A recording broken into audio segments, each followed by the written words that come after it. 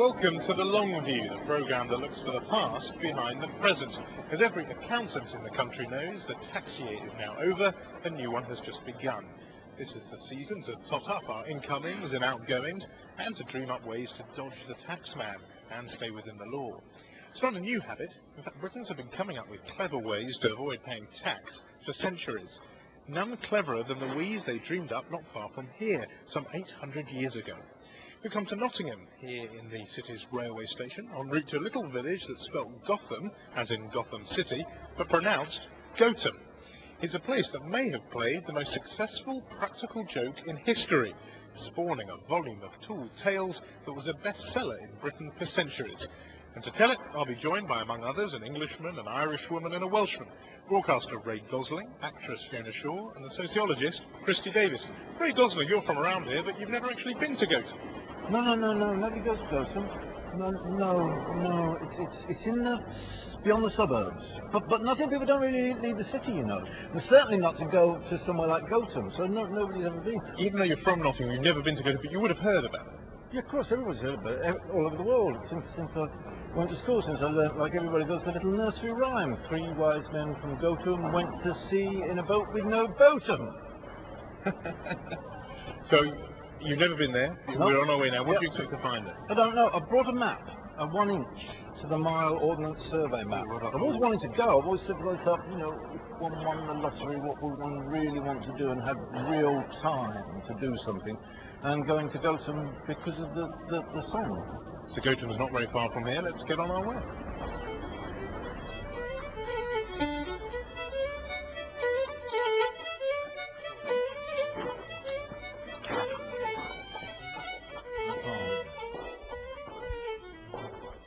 Well, we've arrived in Gotham, in the heart of it, in the St. Lawrence Church. Ray Gosling, you've made it. Your destiny's been fulfilled, your dream. You've arrived in Gotham after 40 years. What's your first impression? It's absolutely lovely little church. It's very simple. It's got plain arches and no messing about with it. It's lovely. I wonder if it was open, or has it been open specially for you? Well, on hand to answer all our questions about Gotham is Frank Earp, a local expert, I think you can say. So what is the story of Gotham? Why is it this place that somebody like Ray learned songs about as a child even? What's the story here? What happened? Back in the 13th century, if you were to come here then, people believed that the village was inhabited by fools or wise men, depending on which way you look at it. The story goes that King John, the very famous arch-enemy of Robin Hood, was going to visit the village. Now, one part of the legend says he was actually going to pass through the village on his way to Nottingham. Other versions tell that he was going to build a hunting lodge or a castle in the neighbourhood of the village, and whatever story you choose, it would have meant high taxation or a lot of money on behalf of the people of Gotham. Because that's one of the things we know about King John, was that he was always taxing people. That's right. So the villagers decided that they couldn't have this castle or John passing through the village or whatever it was going to be. But how do you stop a king? How do you defy a king? What reason can you give to defy a king? So they put their heads together and they decided that they were going to act mad, because in those days madness was considered catching. So if the king heard that the village was full of madmen, he wouldn't go there. Right, so there wasn't some rule that said lunatics didn't have to pay taxes. No. It was just, he thought, let's steer clear of this place, because we don't want to become mad ourselves. Yes, that's correct. Now, obviously, the king sent out his messengers. So when the messengers arrived, when the courtiers arrived, the village was full of people doing all these mad pranks. Let's hear some of that. The actress Fiona Shaw has a document in her hand. What is that? Well, it's one of the tales of Gotham. It's absolutely a sort of shaggy dog story, and a kind of, it's a joke, really, isn't it? It's a sort of joke. Because of this. There was a man of Gotham, the which should be married. And when the day came that they should be married together, the priest said, "Say after me." The man said, "Say after me." The priest said, "Say not after me such words, but say after me as I will tell thee." The fellow said, "Say not after me such words, but say after me as I will tell thee." The priest said, "Thou hast played the fool and the knave to mock with this holy sacrament of matrimony." The fellow said, Thou dost play the fool and the knave to mock with this holy sacrament of matrimony. The priest could not tell what to say, but said, What shall I do with this fool? The fellow said, What shall I do with this fool? Farewell, said the priest. I will not marry thee. The priest departed. How to be it, the fellow by other men was instructed how to do, and after that he was married. And I heard say such a foolish prank was played at Kingston of late days. So that happy, if slightly deluded couple would have stood here. For them. Jane, sure, you said it was a sort of joke. Is it a funny joke, do you think? What you don't know is whether the man really didn't know any better than to copy the priest, or whether he was doing it on purpose. I think that's where the fool or the man. Right, right, fool or wise? Is he winding up the priest, or is he really stupid in that story? There are a lot of stories that relate to similar sort of incidents. So maybe it was catching. So maybe it was catching, yes. But the stories, as jokes, are very much jokes of the time. Obviously, the legend bases around certain tales, but others were added to the collection because Gotham became a place of foolery, almost a fantasy realm. So the name Gotham became synonymous with foolery. There are over 100 of the tales surviving, but 20 of them, the most popular, were published in the 16th century. So any story you wanted to tell about a sort of a joke or a sort of parable, you would set it in Gotham, even if it had nothing to do with that. That's right. Well, we're standing here in front of this beautiful tapestry that's obviously been done for the millennium. It says Gotham 2000 AD. It's made up of a whole lot of panels, but there's 3 or 4 that sort of stand out because they're not just depictions of the local post office or pub or whatever. These are stories in these, aren't they, Frank? I mean, there's one there, somebody appearing to rake over a pond. What's he doing in there? This particular one is one of those stories that is very common throughout the country. What's he doing in there? It relates to moon raking. One of the men of Gotham saw the reflection of the full moon. Which is what we can see in the picture. That's there right. It's night time, there's the moon. Yeah. In the village pond. And thinking that it was a great cheese, called his neighbours and said, look, there's a great big cheese in the pond. If we rake it out, we've got a free meal. So there they were, raking out the cheese from the village pond. And so that would be another example. Now, are these things stories that grew up after the whole business with King John, or do you think they would have actually been doing that so that King John's men and spies would see them doing that and think, oh, they're those nutters from Gotham again? Well, this is the way that the legend works, and this is what you're expected to believe. There's another one there of a woman dragging a door on a country lane. What's going on there? Well, that is a sort of play on local words. The man and his wife were setting off to go to market in Nottingham, and they get halfway up the hill, and the man says to his wife, have you pulled the door to after you? meaning have you shut the door? She, of course, says, no, I haven't. Should I have done? So off she goes. And he waits around and he waits around, and eventually he sees her toiling up the hill, pulling the door behind her. And, of course, the story is called The Obedient Wife.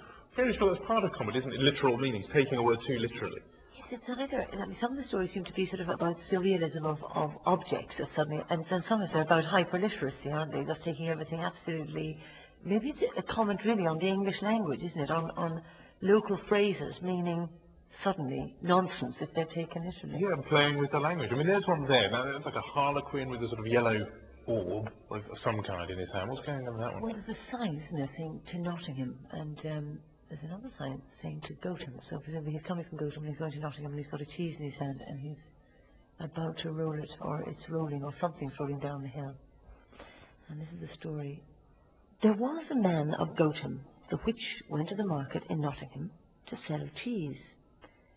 And as he was going down the hill to Nottingham Bridge, one of his cheeses did fall out of his poke and did run down the hill. Horsens, said the fellow, can you run to the market alone? I will send the one after the other of you. He laid down his poke and took the cheese and did trundle them down the hill one after another. And some ran into one bush and some into another. And at the last he said, I charge you all to meet me in the marketplace. And when the fellow did come into the marketplace to meet his cheeses, he did tarry till the market was almost done.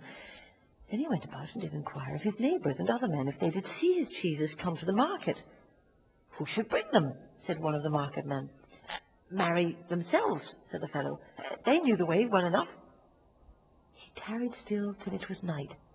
At night He said, vengeance on them all. I did fear to see that my cheeses did run so fast that they run beyond the market. I am sure that they be almost now at York. He hired a horse to ride after to York to seek his cheeses, where they were not. But to this day, no man could tell him of his cheese.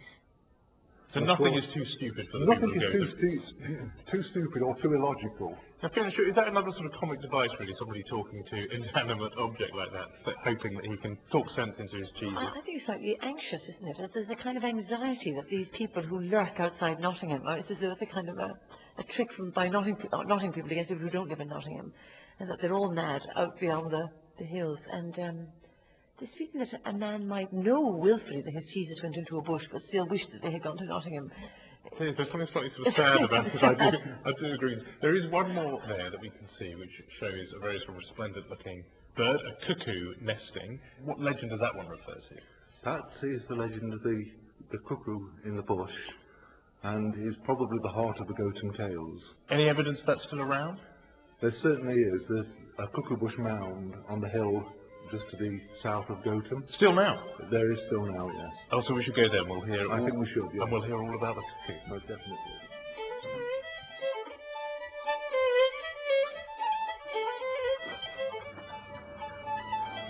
The wood is actually fenced in, but we're going to have to find a way. Really, the wood was actually put there to stop people from visiting the mound. So the mound is still here? The mound is still here, yes. So we can go up? We can go up. There's a pasture field here, some sheep grazing, fairly lazily, a man walking his dog. So it would feel to anyone who didn't know the story as if we're in just a regular country lane. That's the old road, as you can see, through the gate. That's the old road. Yes. Well, that's gone now, isn't it? It's gone now. Yeah. Until 100 years or so ago, that would have been the main road. That would have been the main road towards Nottingham, yeah. But it's a first for me. It really is. Yes. I think this is part of the problem, that the tales really ought to be better known again. They were known for hundreds of years. They had a sort of heyday in the 19th century. Then people forgot about them. Whether it's a sign of the time, Or political perhaps. or even politically correctness. Yes. Because obviously the stories are very, very raw, as one might say. It's a sort of fairy tale wood, isn't it? It's absolutely Little Red Riding Hood wood. It's a beautiful wood sometimes because... Hobgoblins. Yes. Yes. Yeah. So in some Magic respects... mushrooms. Yes. Fiona. Oh, goodness. Oh, something for dinner. Bloody long way up. It's a steep hill. Okay. We've actually got to get right to the top. Oh, right. That's the essence. Can't get a view till you get to the top. That's right. Here, Fiona. Got to be a bit of thigh movement before you get the reward.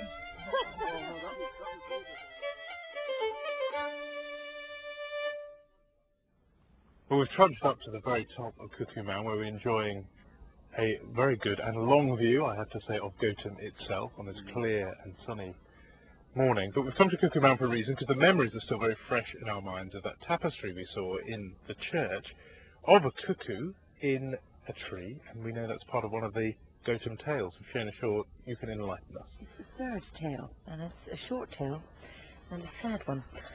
On a time, the men of Gotham would have penned the cuckoo, that she should sing all the year in the midst of the town. They did make a hedge round in compass, and they had got a cuckoo and put her in it, and said, "Sing here all the year, and thou shalt lack neither meat nor drink." The cuckoo, as soon as she was set within the hedge, flew her away. "A vengeance on her," said they. "We made not our hedge high enough." So they are a bit stupid, these people. They did think that somehow they could pen in his cookie and keep it forever. Malcolm Jones, you're a historian of folklore and something of an expert on this. Are Gotham the only kind of dumb guys around? Not at all. I mean, these are, I think, what we probably call international folktale motifs, and they are found really throughout Europe, throughout England as well. You can even find them in art, and I'm thinking of Bruegel's proverb painting, which is a proverbially foolish village with people banging their heads against brick walls, for example, filling in ponds after the calf was drowned in it. And the cuckoo bush is just one of these similar motifs. And of course we laugh at it, we see it negatively, it's an example of incredible idiocy. And yet, you can actually turn it round and make it positive. For example, in the Middle Ages, which of course was a very religious era, it becomes a motif in many of the saints' lives, especially Celtic saints. St. Werburgh of Chester, the patron saint of Chester Cathedral, for example, achieves this seeming impossibility, which of course would be To keep a bird in the tree when it Exactly. otherwise would fly away. in fact, in a pen in this case. Her servants, there are geese causing depredations amongst the crops of the area, and she instructs her servant to come and pen them into this fenced enclosure.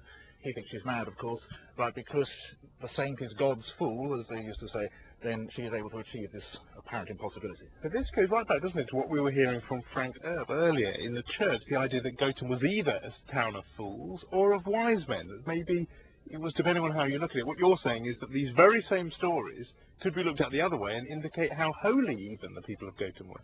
Yeah, I mean, I think Gotham's Very Gothic. yeah, I think it's a place of heroes, not fools. This is a place where the fool is a hero and the fool is a winner. The men of Gotham beat King John by acting a bit apparently silly. They became the victors, and that's why, for me, it's a terrific tale. Victors because they got round paying taxes, because he Yeah. did want to steer clear of this Yeah. glorified lunatic asylum called Gotham. Yeah.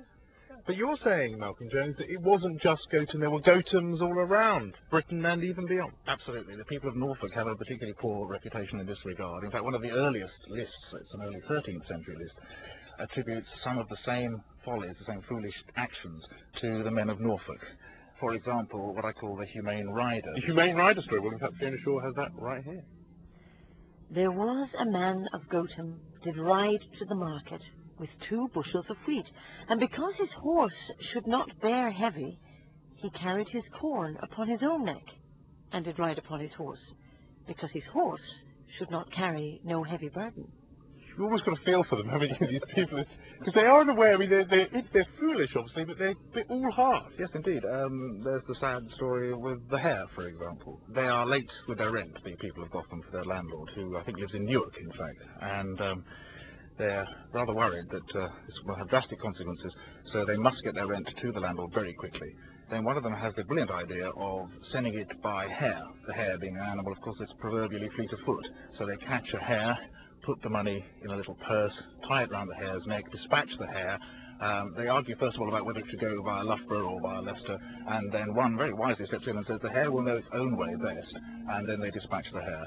But of course, unfortunately, it's never heard of again. Well, it's a lovely excuse for the landlord, isn't it? Where's the rent reduction? I'll tell you where the rent is. We put it in the hair. It's off. So that's another example of getting one over. You could Yeah. say either that or they lost their money. That's very So obviously, as you say, there is 2 different ways of reading this. Either that they are horribly and grippingly stupid, or that there is a kind of saintliness or even wisdom in their very stupidity. Fiona Shaw, that seems to me anyway a theme that you often see in drama of one kind or other. Shakespeare has fools who somehow are not wholly foolish. They're not. It's a kind of a need, isn't it, to undermine the order. Whatever is the dominant order has to be undermined by either people on the fringe, what's called the fringe, isn't it, or, and that's clowns release people from often very oppressive states, so that you often find in Shakespeare plays that if you want to escape an unhappy marriage, or, you know, an impending unhappy marriage, it is often the clown who helps you escape. But As you like it, for instance. and in King Lear, it is the fool who has really the monopoly on wisdom in the play. He's the one who's ahead of the game. It is, and of course in King Lear, when you're out on a hill like this, you have 3 men, and they're all either mad or pretending to be mad. But luckily, it's not a storm raging here on this sunny hill. I think we should head back down to see where this cuckoo and the cuckoo story and all the legends around it lead to now. We're off the hill and we're in the Cuckoo Bush pub, back with Frank Erb and others all around the table here with some drinks and some nourishment. And No cheese. no cheese, complains Ray Gosling. But No. we are anyway in a place that proves, doesn't it, Frank, that the legend does live on. Here's the pub named after the Cuckoo Bush story.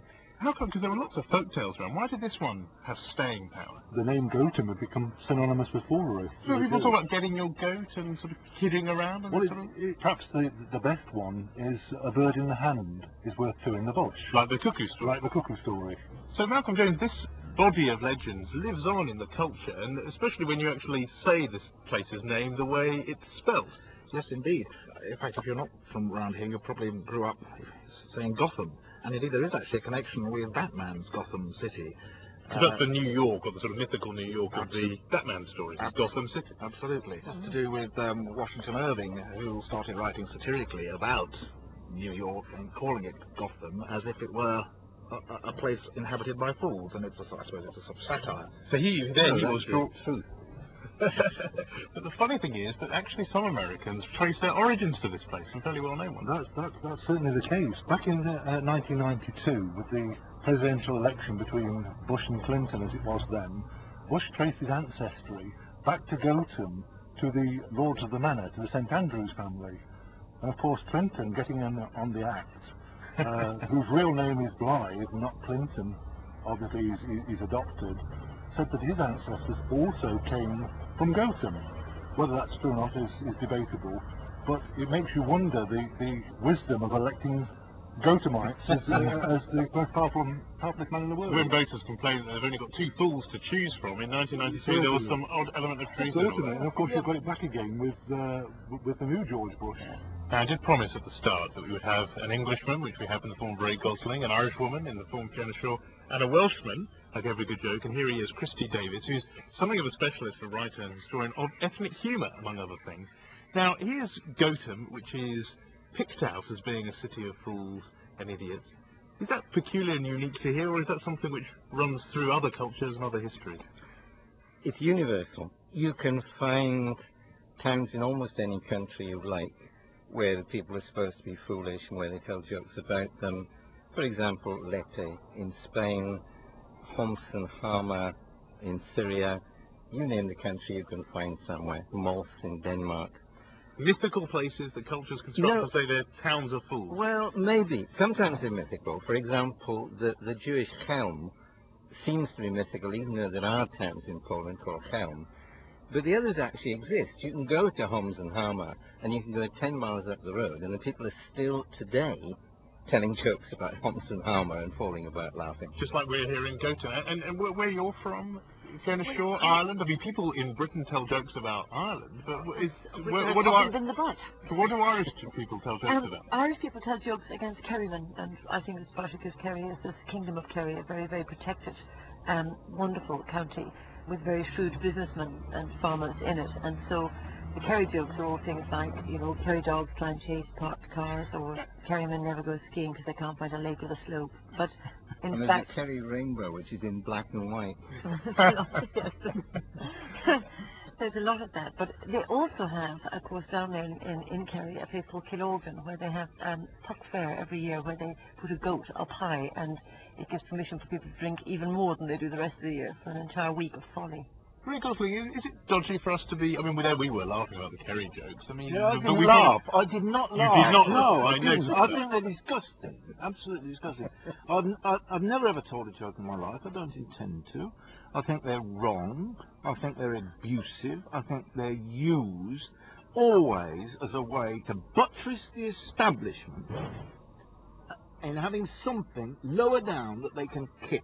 So like Nottingham people could laugh at people from Gotham. But Christy, God, you no, must be used to this objection. no. Is this right? Well, first, it isn't true. If you went to Eastern Europe, all the jokes were about powerful people. They were about the leaders, they were about the apparatchiks, they were about the police, known as the militia.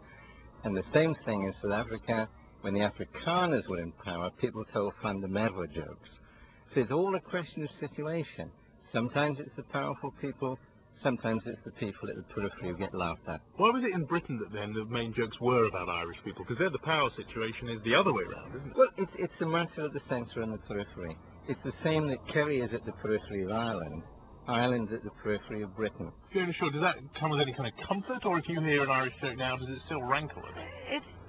I think it's become, given that it's got the fastest growing economy in Europe, that it's become a kind of source no longer of any pain, because it's clearly not so. The notion of the Irish is stupid. I mean, part of the gag, isn't it, is sort of urban-rural. I mean, a lot of the jokes we've been hearing about Gotham is the idea that these are sort of country bumpkins, they're hips.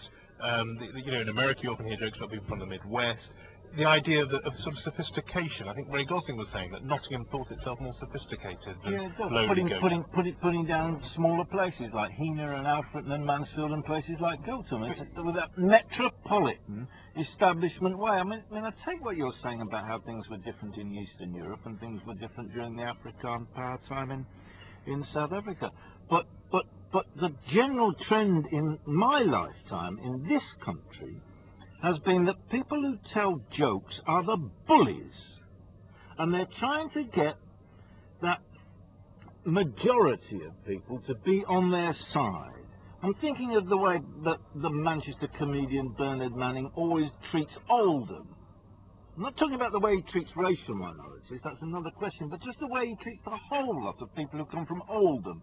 Because again, it's on the periphery. But he treats them as dirt, and I just hate it. I think it's horrible. I walk out. I certainly can't believe that anyone from Manchester could feel superior to anybody. So you're Well, claiming... you're doing it again. I don't like that sort of thing. I want him to live in a bit of a different world. I mean, if you look at the great comedians, I don't like Charlie Chaplin. I don't think Charlie Chaplin ever told a joke. And he was always playing the fool in the Gotham way that made the fool have one up over the gaffers. Well, let's talk about that a minute, because there is something, isn't there, a sort of vein that runs through Gotham humour, which is that it's quite sometimes physical. I mean, the business was rolling the cheeses down or tugging the door and that sort of thing. Fiona Shaw, I mean, you've been reading some of these. Do they make you laugh? They don't make me laugh, they make me worry about the sort of hopelessness of groups of people trying to organise themselves and little attempts to shortcuts, isn't it? It's about the terror of shortcuts. Beware shortcuts. Well, I take them as a great encouragement. You know, the way of dealing with landlords is to put your rent as an excuse. You tell them if you haven't got their rent, they'll put it on their hair. No, I think that's where the humanitarian aspect actually of these stories lies. Somewhere the fact that we all try and we all fail, and in that way they're quite redeeming.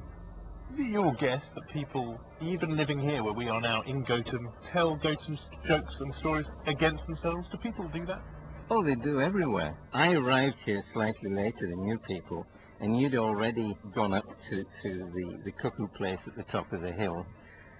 And I asked one of the locals if he'd seen you go. And he said, yes, he said, they're mad, he said. They've gone right up to the top of that hill. It's muddy, it's difficult, they've got to be crazy to go there. He said, I tell you, there are more fools come to Gotham than live here. Perfect example of the legend living on. Well, with that thought in mind, our thanks to Christy Davis, Ray Gosling, Fiona Shaw, earlier Frank Earp and Malcolm Jones. Thank you all for taking the long view.